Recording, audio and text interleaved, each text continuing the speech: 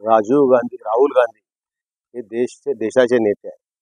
देशासाठी त्यांनी भारत जोडो यात्रा सुरू केली आणि त्याचं स्वागत आम्ही आमच्या भांडूपमध्ये करतो. भारतीय जनता पार्टी काय म्हणते आणि त्यांच्या शब्दावर किती विश्वास ठेवायचा हे अख्ख्या देशाला माहिती आहे. याच भारतीय जनता पार्टीने अजित पवारांना घेणार नाही, आमच्या पक्षात घेणार नाही, 70,000चा सिंचन घोटाळा त्यांच्याच मांडीला लावून बसून ते आता काम करत आहे. ज्या अशोक चव्हाणांच्या विरोधामध्ये भारतीय जनता पार्टीने आंदोलनं केली की माजी सैनिकांच्या टाळूवरचं लोणी खाणाऱ्या अशोक चव्हाणांना एक 8-10 दिवसापूर्वी पक्षामध्ये घेऊन त्यांना खासदार केलं. त्यामुळे भारतीय जनता पार्टी काय दाखवते आणि काय बोलते याच्यावरती देशातील लोकांचा विश्वास नाही. ही भारतीय जनता पार्टी नव्हे, ही बोगस जनता पार्टी. एबीपी माझा, उघडा डोळे बघा नीट.